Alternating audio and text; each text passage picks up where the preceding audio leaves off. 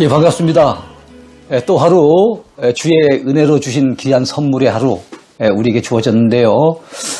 이 한 날도 하나님의 은혜를 마음껏 누리면서 또 주께서 주시는 기쁨을 맛보면서 행복하게 사는 한 날이 됐으면 좋겠습니다. 자, 오늘 강의를 듣고 있는 여러분들 모두 화이팅 하시기 바랍니다. 자, 요즘 이제 교리 무장 14번째 시간인데요. 요즘 우리가 교리 부분을 살펴보고 있습니다. 우리가 어떻게 구원을 받게 되는지, 그 구원의 서정, 구원의 그 순서를 지금 살펴보고 있는데요. 어제에 이어서 오늘 역시 믿음으로 얻는 구원 3번째 시간이 되겠습니다. 어제는 처음 하나님 앞에 부름받은 소명, 그리고 우리가 거듭나는 이 중생, 그리고 또 우리가 하나님 앞에 잘못된 길에서 방향 전환해서 돌이키는 회심이 큰 회개가 있고 작은 회개가 있다는 그런 말씀 드렸죠. 그 다음에 우리가 예수 그리스도를 전적으로 의지하고 하나님의 약속을 의뢰하는 바로 신앙, 그 4단계를 살펴보았습니다. 자, 그렇다면 오늘 5번째 단계와 6번째 단계를 먼저 살펴보겠는데요. 큰 주제 4번째입니다. 구원의 자격으로서의 칭의와 수양. 여러분, 아버지가 돌아온 탕자를 그냥 맞이한 것이 아니라 목욕을 시켰습니다. 그리고 가락지를 끼웠습니다. 그리고 옷을 그 다음에 입혀주었습니다. 이러면서 아들의 지위를 갖다 온전하게 인정을 해주잖아요. 회복을 시켜주잖아요. 그처럼 하나님께서 죄인된 우리가 회심하는 걸 보고 예수님을 성심으로 믿고 의지하는 것을 보시고 이제 우리를 그야말로 죄악에 더러운 옷 입은 상태에서 그대로 내버려 두신 것이 아니라 그 옷을 벗기시고 우리에게 이제 의의 옷을 입혀주시는 거예요. 그게 바로 칭의입니다. 그러면서 의의 옷을 입혀주시면서 우리에게 이렇게 따뜻하게 말씀하십니다. 너는 이제 내 딸이 되고 내 아들이 됐어. 이렇게 하나님이 인정해 주신 거, 이게 바로 수양입니다. 수양. 그래서 우리 구원의 순서에 있어서 5번째 단계는 칭의가 되고 6번째 단계는 수양이 되는데요. 먼저 살펴보겠습니다. 칭의의 성질을 한번 살펴볼까요? 자, 우리가 의롭다 칭함을 받는 그 성격이 있습니다. 첫 번째는 은혜성입니다. 그리스도가 이루신 의에 기초한 하나님의 사랑으로 칭의가 이루어지게 됩니다. 자, 은혜성. 첫 번째는 은혜성인데요. 그리스도가 이루신 의에 기초한 하나님의 사랑으로 칭의가 이루어진다는 거예요. 이해하시겠죠? 순전히 하나님의 은혜라는 겁니다. 우리가 의롭다고 칭함을 받았다 해서 내 행위가 깨끗하고 의로웠느냐, 그게 아니고요. 순전히 하나님의 은혜로, 순전히 예수 그리스도 덕분으로 우리가 의롭다고 인정을 받은 거예요. 그러니까 은혜성이죠, 은혜성. 나의 나 된 것은 하나님의 은혜로라 고백했던 사도 바울의 고백, 바로 저와 여러분들의 고백이 아니겠습니까? 그렇습니다. 모든 것이 하나님의 은혜지요. 저와 여러분들이 죄삼 받은 것도 하나님의 은혜, 하나님의 자녀된 것도 하나님의 은혜, 구원받아 저 천국을 소망하며 살게 된 것도 하나님의 은혜, 하나님의 도우심의 손길을 날마다 느끼며 경험하며 살고 있는 것도 하나님의 은혜. 하나님의 은혜 아닌 것이 어디 있습니까? 그 다음에 법정성입니다. 하나님이 우리를 의롭다고 인정해 주신 것은 하늘나라 법정에서의 재판정이죠. 하늘나라 재판정에서의 하나님의 법정적인 결정으로 칭의가 이루어지는 거예요. 아무개는 예수 그리스도를 구주로 믿었기 때문에 내가 약속한 대로 그를 이제는 더 이상 죄 없다 하고 의롭다고 인정하노라. 땅. 하늘 재판정에서 우리 하나님께서 그야말로 결정적으로 우리를 의롭다고 칭해버리신 거예요. 그래서 우리가 칭의가 이루어지게 된 것입니다.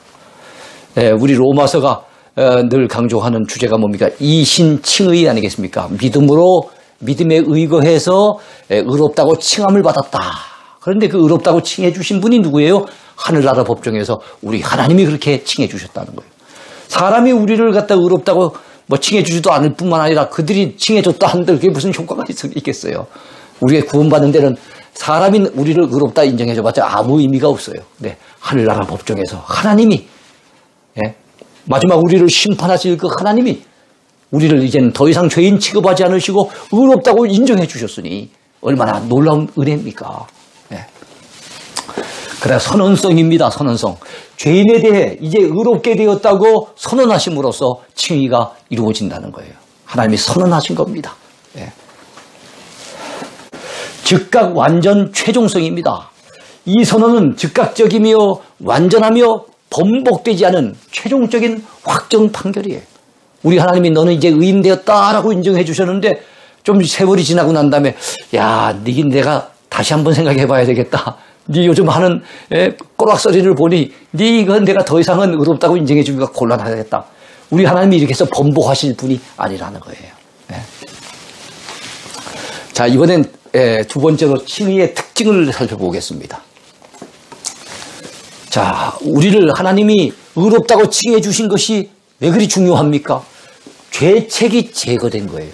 의롭다고 칭함을 받는 그 순간부터 우리는 죄에 따르는 책임, 죄에는 항상 책임이 따르잖아요. 그 죄에 대한 책임 때문에 심판받아 지옥 가는 것 아닙니까? 죄에 대한 책임이 사라져버린 거예요. 그 책임 때문에 오는 공포감에서 우리가 벗어나게 된 거예요. 얼마나 감사한 일입니까? 외계에서 단행됐다는 겁니다. 이 세상이 아닌 하나님의 법정에서 단행이 됐어요. 이것이 또한 중요한 특징입니다. 단번에 단행이 됐습니다. 점진적 과정이 아니고 칭의가 성화는 점진적으로 이루어지는데요. 하나님이 의롭다고 칭하신 건 한순간에 이루어지는 것이지 점진적인 단계를 거쳐서 오랜 세월에 걸쳐서 이루어지는 것은 아닙니다. 그래서 반복되지도 않아요. 반복되지도 않고 점진적으로 이루어지는 것도 아니고 단번에 단행이 된 겁니다. 또 성부의 직접적인 선고입니다. 우리를 의롭다고 인정해 주시는 거 누가 대신 천사가 와서 선고한 게 아니고 우리 하나님께서 하늘 법정에서 그렇게 선언하신 거예요. 성부 하나님께서 죄인을 의롭다고 직접적으로 선고하신 것입니다. 자, 수양의 성격을 한번 보겠습니다. 자, 우리 칭의 다음에 오는 것이 수양이잖아요. 칭의가 5번째고 수양이 6번째입니다. 수양이란 말은 우리가 하나님의 양자가 되는 걸 얘기하죠. 양자, 양녀가 되는 겁니다. 수양아들, 수양딸이 되는 거예요. 예수 그리스도를 구주로 믿고 영접한 사람은 하나님의 자녀가 되는 권세를 누리게 됩니다. 여러분, 우리가 왜 어떻게 해서 하나님의 자녀가 되게 되었습니까? 요한복음 1장 12절 봤더니 영접하는 자, 곧 그 이름, 예수 그리스도의 이름을 믿는 자들에게는 하나님의 자녀가 되는 권세를 주셨으니 라고 얘기했어요. 우리가 예수님을 마음속에 모셨잖아요. 영접했습니다. 여러분, 믿지 않고 어떻게 영접합니까? 우리가 사람을 집에 들이는데 전혀 믿을 수 없는 사람이 문 두드린다고 무조건 들여놓습니까? 아니잖아요. 우리가 믿는 사람을 우리 집에 들어올 수 있도록 영접하지 않습니까? 그래서 우리가 예수님을 영접했다는 것은, 내 마음 가운데 영접했다는 것은 예수님을 믿는다는 얘기예요. 그런 사람에게는 하나님께서 하나님의 자녀가 되는 권세를 누리게 해 주셨다는 거예요. 얼마나 감사한 일입니까? 여러분, 하나님의 자녀가 됐다는 만왕의 왕, 만주의 주, 온 우주를 다스리시는 그 하나님이 우리의 아버지가 되신다는 사실, 여러분 얼마나 마음 든든한 일인지 몰라요. 하나님은 그의 백성의 아버지가 되십니다. 예수 그리스도가 하나님의 신자라면 예수 믿고 구원받은 사람은 하나님의 양자가 됩니다. 양자. 자, 그래서 하나님을 아빠, 아버지로 부를 수 있게 되는 거예요. 아버지 하고 부르는 것도 대단한데요. 아빠 하면 더 정감이 있는 이름 아니겠어요? 우리가 하나님을 향해서 아빠 아니면 아버지 이렇게 부른다는 게 너무너무 감사하잖아요. 자, 성령께서 우리의 영에게 우리가 하나님의 자녀된 것을 증언하십니다. 여러분, 믿음이 들어오지 않으면요, 은혜 받지 못하면요, 거듭나지 않은 사람은요, 하나님을 향해 아버지 부를 수 없어요. 어떻게 해서 어떻게 부릅니까? 근데 우리는 기도하면서 하나님을 향해 아버지 하고 우리가 부를 수 있다는 것 자체가 바로 은혜 받았다는 증거잖아요. 거듭났다는 증거 아니겠습니까? 성령께서 우리를 하나님의 양자가 되었다는 것을 우리 마음속에 확신시켜 주시기 때문에 우리가 그런 확신을 가지고서 하나님을 향해 아버지라고 부를 수 있는 거예요. 성령께서 우리의 영에게 우리가 하나님의 자녀인 것을 증언하시는 거예요. 네.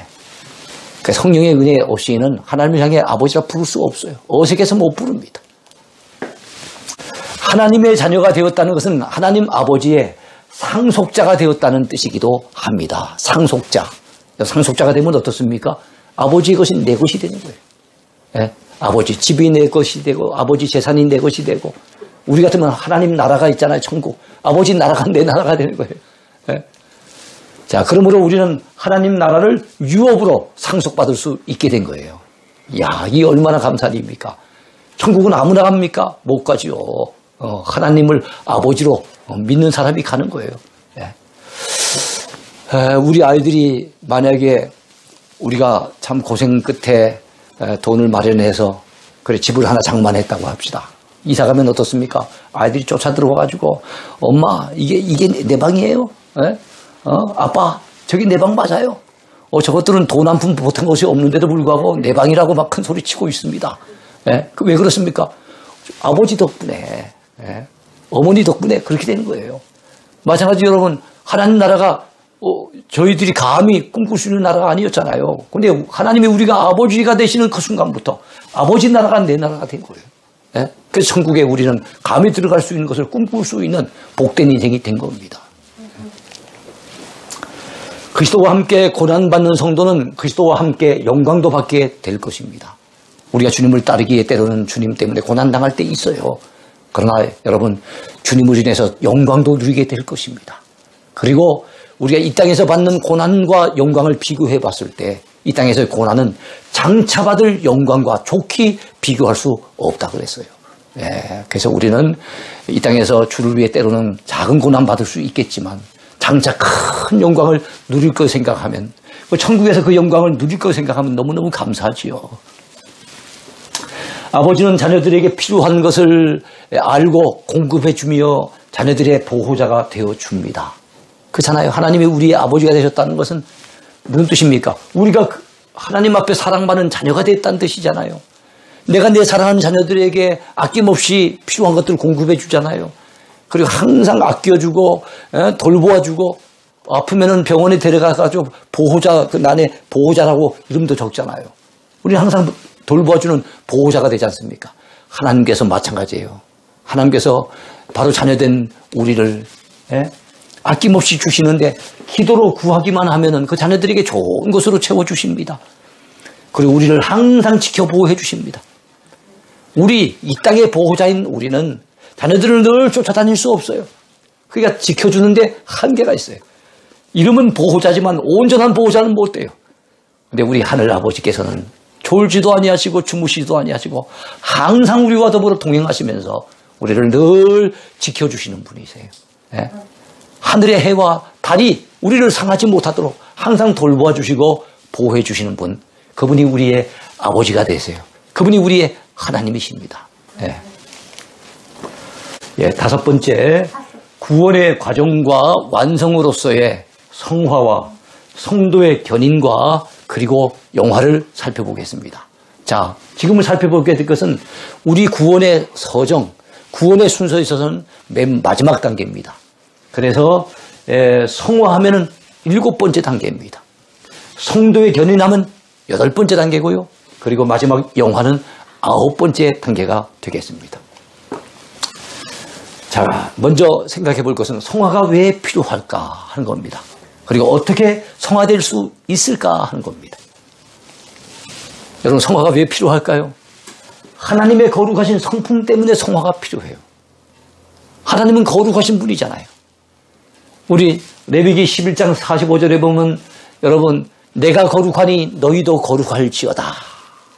우리의 아버지가, 하나님이 우리의 아버지 되신다 그랬잖아요.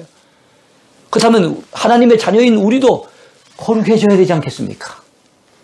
그렇지 않습니까? 과거에 하나님을 몰랐을 때라면 몰라도, 은혜 받기 전이라면 몰라도, 예수 믿기 전이라면 몰라도, 회개하기 전이라면 몰라도, 이제는 정말로 하나님 앞에 부름받고 거듭나고 그리고 회개하고 예수님을 믿어 이제 하나님 앞에 의롭다 칭함을 받고 이제 하나님의 아들, 딸이 됐다고 한다면 이제는 하나님의 성품 닮아가야 되잖아요.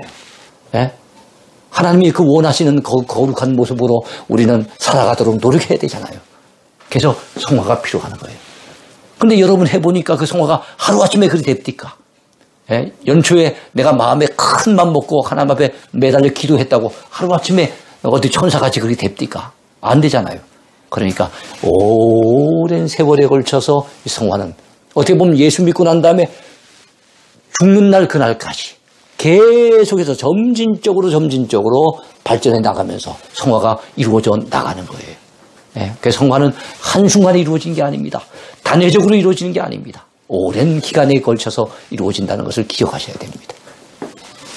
하나님의 자녀는 하나님의 자녀다워져야 됩니다.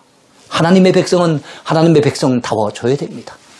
자, 우리에게 죄의 실제가 아직 남아있잖아요. 죄를 용서받았지 우리 몸에서 우리 삶에서 죄가 완전히 사라진 건 아니잖아요. 그렇지 않습니까? 예. 우리가 신분상 죄를 용서받은 신분이지만 그러나 상태상 우리에게서 죄가 완전히 사라진 상태는 아니잖아요. 그렇기 때문에 성화가 필요하다는 겁니다. 성화의 필요성을 이해하시겠죠? 예. 자, 믿음으로써 죄악의 책임은 면제되었지만 죄악의 상태에서 완전히 벗어난 것은 아니기 때문에 성화가 필요해요. 죄의 책임은 이제 예수 믿는 순간에 이제 사라졌어요. 그러나 내가 죄악된 상태에서는 아직 머물러 있다는 거예요. 그걸 우리 하나님은 안타까우셔서 우리로 하여금 계속 성화의 과정을 밟아가도록 요구하고 계시고 성령께서는 우리가 성화될 수 있도록 오늘도 우리가 삶에 찾아오셔서 우리를 돕고 계세요. 우리 자신도 성화되도록 노력을 해야 되는 겁니다. 이거는 나와는 아무 상관없이 성령님 알아서 하십시오. 이럴 수는 없는 거예요. 우리 자신도 노력해야 될 부분인 거예요. 우리의 성화는 지속적인 성령의 감화와 인도를 통해 점진적으로 이루어져 가게 됩니다. 성화는 신자들의 협력 아래 이루어지는 성령님의 역사예요.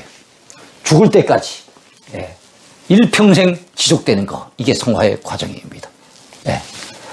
자, 신자들은 성화를 위한 성령님의 역사에 의식적으로 순종해야 돼요. 우리가 거듭나는 거, 중생하는 거, 이건 무의식적으로 이루어지잖아요. 그러나 우리가 성화의 관계를 밟아가는 거, 이거는 우리가 의식적으로 순종해야 될 부분인 거예요. 성화의 완성기는 죽음과 부활의 때입니다. 신자들은 오늘도 성화되어 가는 과정에 있는 자들로서 저는 우리 성도들에게 종종 이렇게 표현을 합니다. 우리는 공사 중인 인생입니다. 여러분 길을 걷다 보면 편말을 한 번씩 발견하게 되잖아요. 편말에 뭐라고 써여졌습니까? 공사 중, 통행에 불편을 끼쳐드려 죄송합니다. 그게 써놨잖아요. 지금 공사 중이라잖아요. 다니는데 불편하죠. 그게 있으면 걸거치죠. 그러나 죄송하다는데 공사 중이니까 좀 봐달라는데 어떡합니까? 그래 우리가 삥 돌아가자. 이해하고 돌아가잖아요. 근데 저도 공사 중인 인생이고 이 강의 듣는 여러분들도 공사 중인 인생이고 우리 모두가 다 공사 중인 인생이에요. 성화되어 가는 과정 속에 있는 인생이에요. 완제품이 아니에요. 우리는 성화가 다 이루어져서 구원이 완성된 그런 존재가 아니에요. 우리 일부러 실수해서는 안 되겠지만 우리는 저마다 실수할 가능성이 있는 사람들이고 연약해서 넘어질 가능성이 있는 사람들이에요.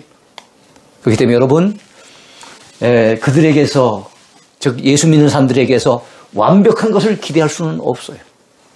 그들의 실수와 허물로 인해 여러분 실망할 필요도 없어요. 그리고 그들이라고 꼭 한정 지을 수 없어요. 바로 나도 다 포함되는 문제니까. 나도 실수하게 되고 나도 허물로 인해서 넘어지게 되고 나도 누군가에게 실망을 줄 수 있는 그런 존재인데 우리는 누구를 향해서 정죄할 것이며 누구를 향해서 돌을 던질 것이며 누구를 향해서 감히 왜 그 모양이냐고 욕할 수가 있겠습니까? 그래서 여러분 우리 모두는 공사 중인 인생인 것을 깨닫고 나 자신도 다 연약한 부분이 많아서 누군가에게 실망을 줄 수 있다는 사실을 깨닫고 누군가 실수할 때 누군가 참 그의 연약함을 드러내 보일 때 너무 정죄하지 맙시다. 비판하지 맙시다. 실망하지도 말자고요. 너무 큰 기대를 안 가진 게 좋아요. 우리가 기대할 분은 우리 주님이세요. 주님을 기대하고 주님을 바라볼 뿐 우리가 사람을 너무 기대하면 안 됩니다. 아무리 귀하게 보이는 사람도 가까이 다가가 보면 다 냄새가 나고 사람인지라 실수하게 돼 있는 거예요. 이걸 우리가 이해하는 것이 참 중요합니다. 자, 두 번째, 중생과 성화의 차이점을 한번 비교해 볼까요? 자, 중생은 영적 출생을 가리킵니다. 영적으로 새롭게 탄생하는 거예요. 그 사람의 나이가 얼마든지 간에 상관없어요. 환갑이 지나가도 상관없어요. 예. 새로 태어난, 갓 태어난 어린아이예요. 그래서 믿음의 부분에서 아주 연약해요.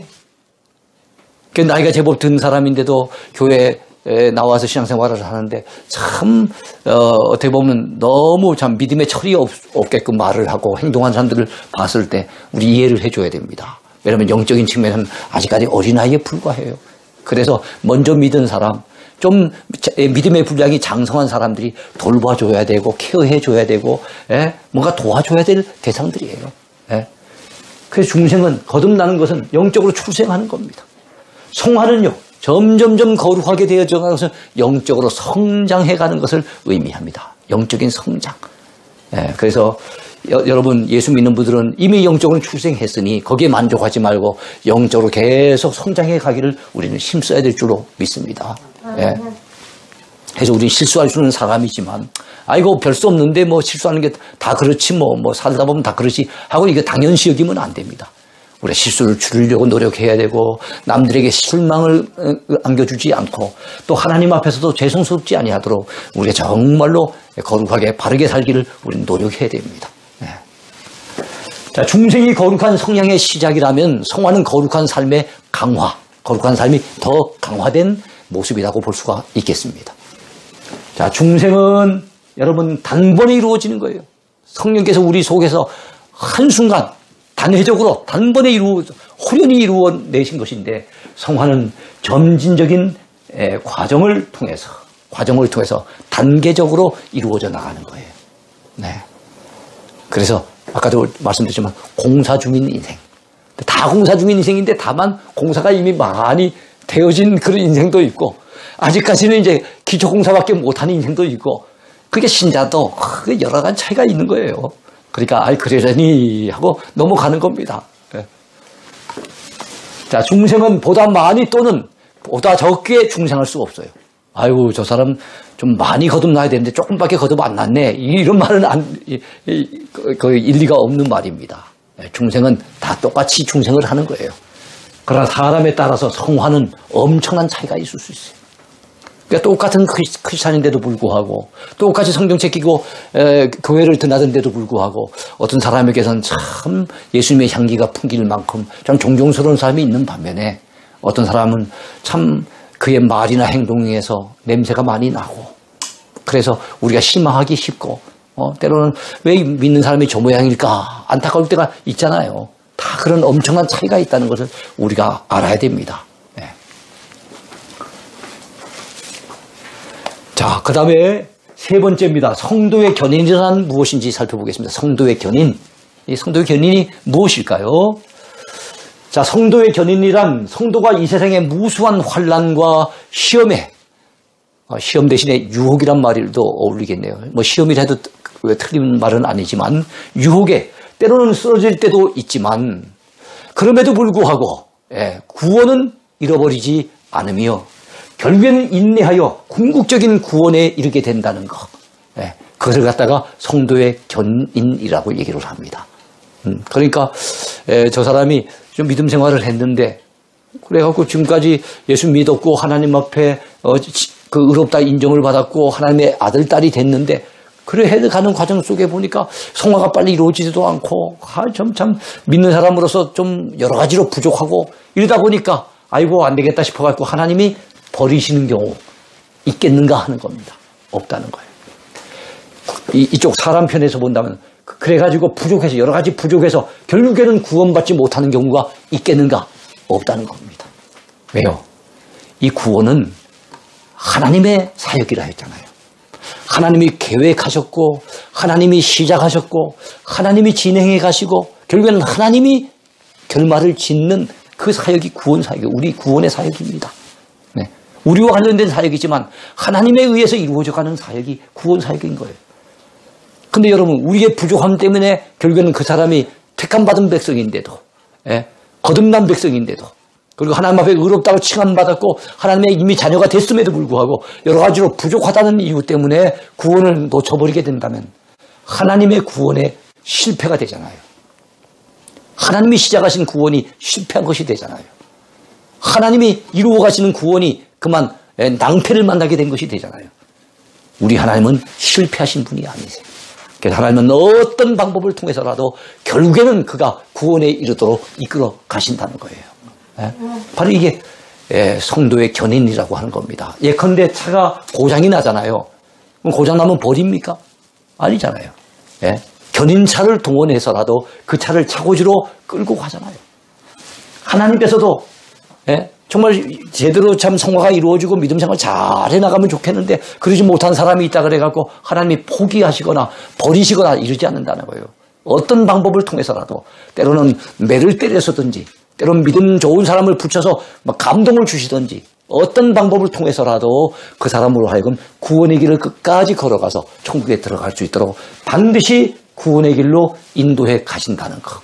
이게 바로 성도의 견인인 겁니다. 여러분 믿으시기 바라요.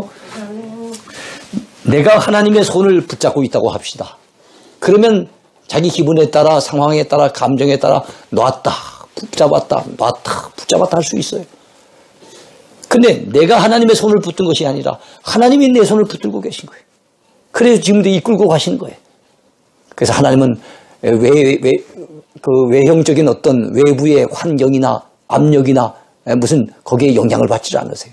하나님이 너는 내 거야 하고 딱 택해서 이끌어 가신다면 끝까지 하나님은 이 손을 놓지 않으시고 나는 손을 놓을 수 있죠. 그러나 하나님이 이 손을 놓지 않으시고 이끌어 가시기 때문에 우리는 결국에는 구원받게 된다는 거죠. 이게 바로 성도의 견인입니다. 자, 그래요. 하나님의 손에 이끌려 살아가는 신자 반드시 구원받게 된다는 거 너무나도 놀라운 은혜입니다. 자, 예수님께서 말씀하셨어요.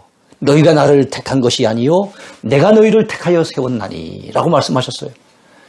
그래서 우리의 구원은 우리의 의지로 시작된 일이 아니에요. 주님의 뜻으로 주님이 우리를 선택하셨고 주님이 우리를 부르셨고 주님이 우리를 거듭나게 하셨고 주님이 우리에게 믿음의 선물을 주셨고 주님이 성령의 감동을 통해 가지고 믿음 생활하도록 회개하도록 만드셨고 그리고 난 다음에 어땠습니까? 하늘 법정에서 하나님이 의롭다고 칭해 주셨고 그리고 하나님의 자녀 삼아 주셨기에 그리고 지금도 성화의 과정이 이루어가도록 우리를 이끌고 가시기에 하나님에 의해 시작된 이 일이 결코 실패할 수가 없다는 거 이걸 꼭 아시기 바라요.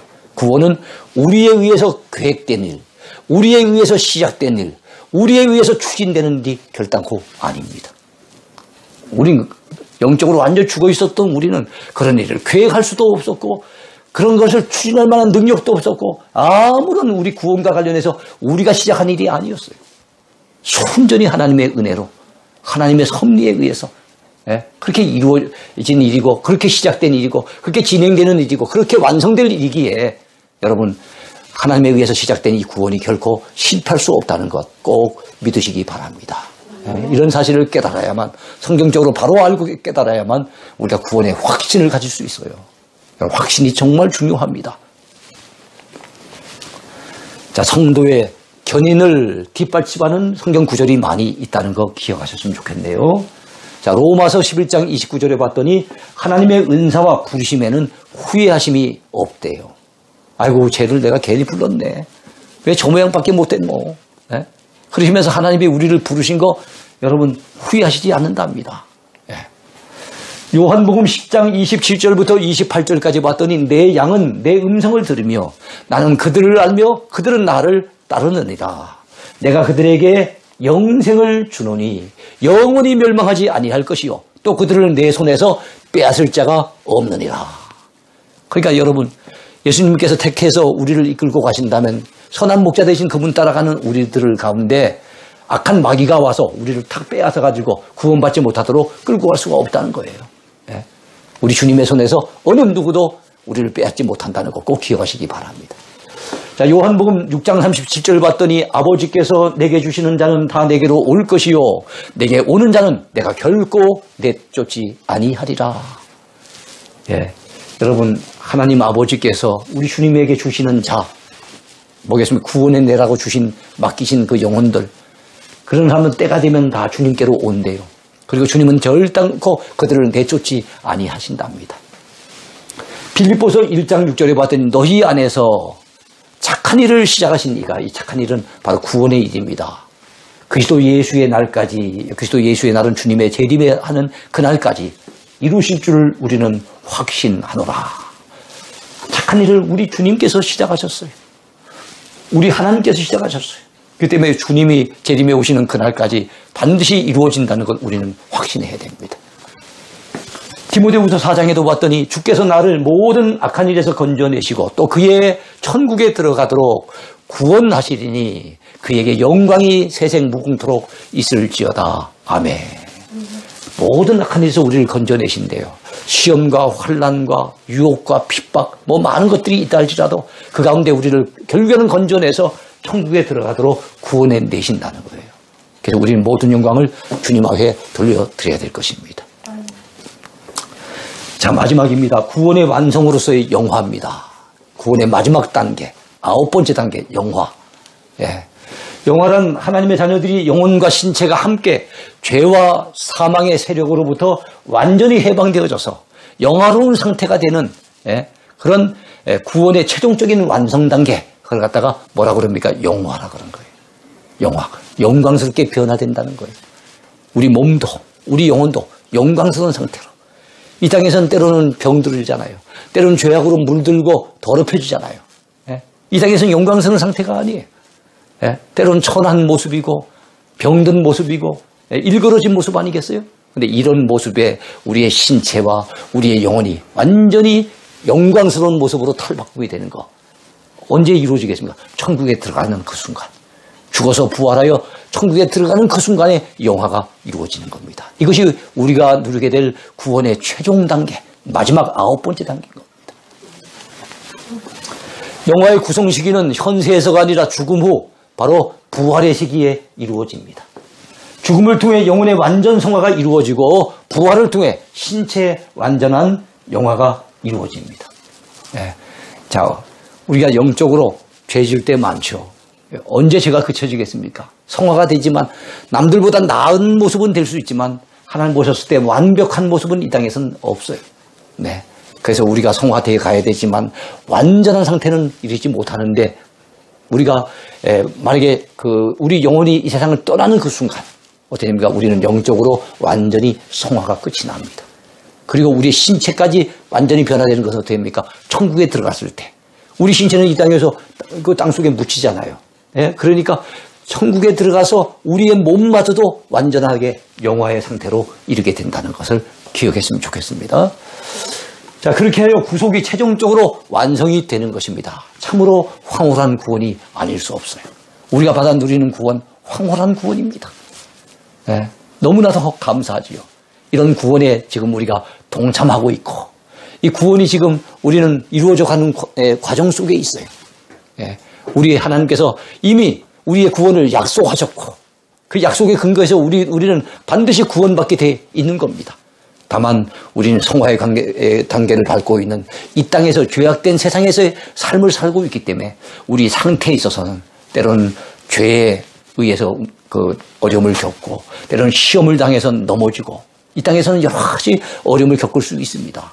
그러나 이미 시작된 우리의 구원은 반드시 하나님에 의해서 완성되게 될 것이며 천국에서 영화로운 상태에 이르게 될 때 우리의 구원은 최종적으로 완성이 된다는 것을 기억하시고 우리가 여러분 이 구원의 길을 오늘도 찬송 부르며 기쁘게 걸어가야 될 줄로 믿습니다.